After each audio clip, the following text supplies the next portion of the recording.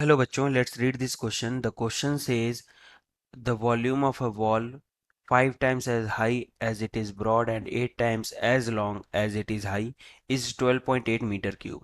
The breadth of the wall is, तो हम देख लेते हैं हमारा की कॉन्सेप्ट क्या हो जाएगा. की कॉन्सेप्ट, तो की कॉन्सेप्ट हो जाएगा वॉल्यूम ऑफ क्यूबॉइड. और वॉल्यूम ऑफ क्यूबॉइड होता है length into breadth into height. अब क्या क्या चीज़ें दी हुई हैं वो देखते हैं. यहाँ दिया हुआ है कि 5 times as high as it is broad, यानी अगर मैं मान लूँ breadth is equals to x, तो हाइट को मैं ले सकता हूँ 5 times as it is broad यानी 5x. ठीक है.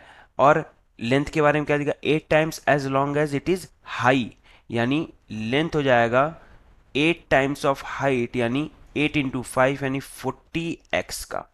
ठीक है. ब्रेथ का 5 टाइम्स हाइट है और लेंथ है हाइट का 8 टाइम्स यानी 40 ऑफ x हो जाएगा. और दिया हुआ है वॉल्यूम, वॉल्यूम दिया हुआ है 12.8 मीटर का क्यूब.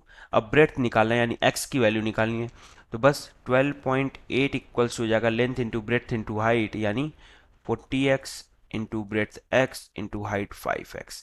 तो यहाँ से आ गया x का cube is equals to 12.8 divided by 5 into 40.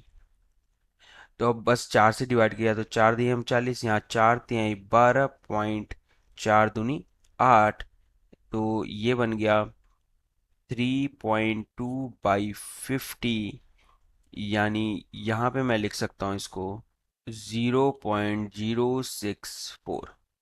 ये बन गया हमारा. तो एक्स क्यूब को मैं क्या लिख सकता हूँ, एक्स क्यूब को लिख सकता हूँ 64 इंटू 10 टू द पावर -3. तो यहाँ से x की वैल्यू हमें 64 का क्यूब रूट पता है 4 होता है, और 10 टू पावर -3 का क्यूब रूट हो जाएगा 10 टू द पावर -1. तो x इज इक्वल्स टू लिख सकता हूँ मैं 4 into 10 to the power -1 is equals to 0.4 metre, और इसको मैं लिख सकता हूँ 40 सेंटीमीटर. तो यही हमारा आंसर हो जाएगा. So the final answer is the breadth of wall is 40 centimetre. Hope you understood it well. Best of luck. Thank you.